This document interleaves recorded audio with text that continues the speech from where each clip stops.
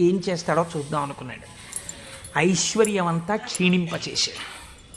ఆయనకి మనస్సు శివుడి మించి పోలేదు. ఎలాగో అలా నానా కష్టాలు పడి ఇంత గుగ్గిలం తెచ్చి శంకరుడికి వేసి ఆ వాసన పీల్చేటప్పటికి సమాధిలోకి వెళ్ళిపోయాడు. ఇంక ఏముంది, మనస్సు అలవాటు పడిపోయి ఇంత పొగొచ్చేటప్పటికి అంతే సమాధిలోకి వెళ్ళిపోతాడు.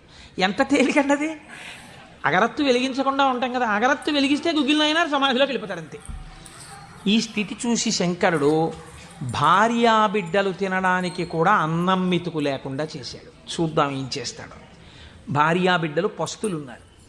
అన్నమో రామచంద్ర అని ఆ భార్య మహాపతివ్రత. ఆవిడ తన మెడలో ఉన్నటువంటి మంగళసూత్రాన్ని తీసి నాయనారికి ఇచ్చి, అయ్యా మీరు ఇది పట్టుకెళ్ళి వెలకట్టి అమ్మించి డబ్బు పట్టుకుని రండి, దాంతో మనం కొన్నాళ్ళు భోజనం చేద్దామని.